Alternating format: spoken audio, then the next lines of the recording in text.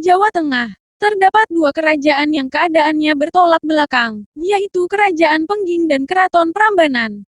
Prabu Damarmoyo adalah pemimpin Kerajaan Pengging. Daerah kekuasaannya begitu subur dan makmur, rakyatnya pun memiliki kehidupan yang sejahtera. Raja Prabu Damarmoyo memiliki seorang penerus yang sakti dan gagah, bernama Bandung Bondowoso. Sedangkan Keraton Prambanan yang kering dan tandus dipimpin oleh seorang raksasa bernama Prabu Baka. Pemimpin yang satu ini terkenal arogan dan serakah.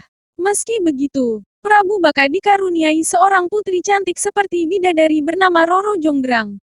Karena sifatnya yang serakah, Prabu Baka mempunyai keinginan untuk memperluas daerah kekuasaannya. Ia pun memutuskan untuk berperang dengan Kerajaan Pengging. Prabu Baka mempersiapkan para pemuda di kerajaannya untuk menjadi prajurit.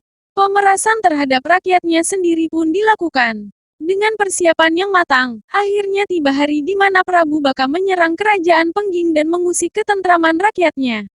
Perang lalu terjadi, menjatuhkan banyak korban, dan membuat rakyat dari kedua kerajaan menderita dan kelaparan. Melihat keadaan begitu memprihatinkan, Prabu Damarmoyo mengutus anaknya sendiri untuk maju ke medan perang dan melawan Prabu Baka. Pertempuran sengit terjadi di antara Prabu Baka dan Bandung Bondowoso, yang sama-sama sakti. Peperangan itu berujung dengan kematian Prabu Baka. Tidak butuh waktu lama untuk pasukan Kerajaan Pengging yang dipimpin oleh Bandung Bondowoso mengepung Keraton Prambanan. Di waktu yang bersamaan, kabar duka kematian ayahnya pun sampai ke telinga Roro Jonggrang, yang disampaikan oleh panglima perangnya. Setibanya di Keraton Prambanan, Bandung Bondowoso melihat Roro Jonggrang. Dengan cepat, Bandung Bondowoso terpesona pada kecantikannya. Karena jatuh hati, muncul keinginan Bandung Bondowoso untuk memperistri Roro Jonggrang. Meski terkejut mendengar keinginan sang panglima perang, Roro Jonggrang takut untuk berkata tidak kepada pemuda yang telah membunuh ayahnya.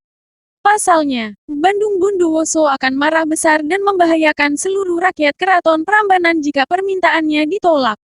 Ide cemerlang pun muncul, Roro Jonggrang akan menyetujui keinginan tersebut, jika Bandung Bondowoso mampu memenuhi dua syarat darinya dalam satu malam saja. Syarat pertama yaitu Bandung Bondowoso harus membuat sumur yang dalam, bernama Jalatunda. Kedua, ia harus membangun 1000 candi hanya dalam waktu satu malam. Bandung Bondowoso berusaha menyanggupi syarat Roro Jonggrang. Ia menggali tanah yang dalam, untuk membangun sumur dan berhasil menyelesaikan dengan cepat. Melihat hal ini, Roro Jonggrang menjadi gelisah karena syarat pertamanya sudah terpenuhi dengan mudah. Semakin gelisah, Roro Jonggrang mendorong Bandung Bondowoso ke dalam sumur lalu melemparinya dengan batu. Tidak sebanding dengan kekuatannya, Bandung Bondowoso berhasil keluar dari dalam sumur dengan rasa geram. Tetapi amarah itu tidak jadi meledak, karena rasa cintanya pada Roro Jonggrang.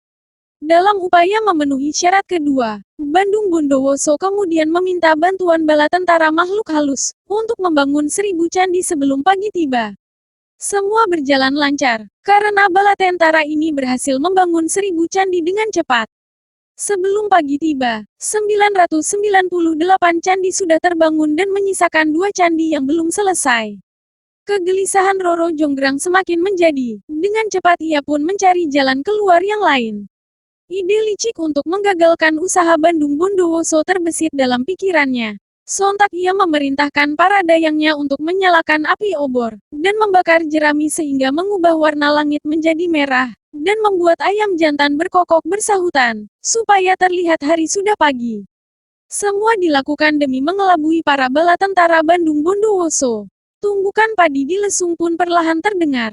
Para makhluk halus berbondong-bondong pergi meninggalkan pekerjaannya, menyisakan 1 candi yang belum selesai dibangun.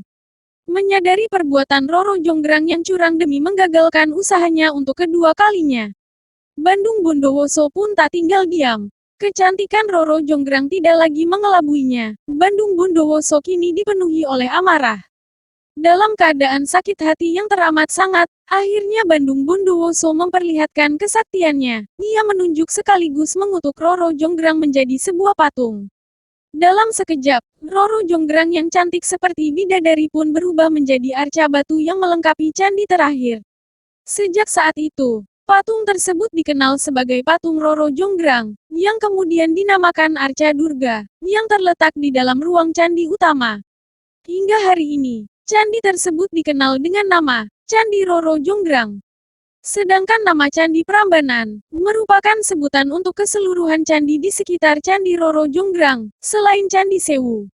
Sementara candi-candi kecil yang mengelilingi Candi Prambanan dinamakan Candi Sewu, meski jumlahnya tidak mencapai 1000. Dalam bahasa Jawa, kata sewu berarti 1000. Terdapat beberapa pesan moral yang dapat dipetik dari kisah Roro Jonggrang dan Candi Prambanan ini. Pertama, untuk belajar agar tidak menjadi orang serakah yang dapat merugikan orang banyak dan diri sendiri, seperti yang dilakukan Roro Jonggrang kepada Bandung Bondowoso.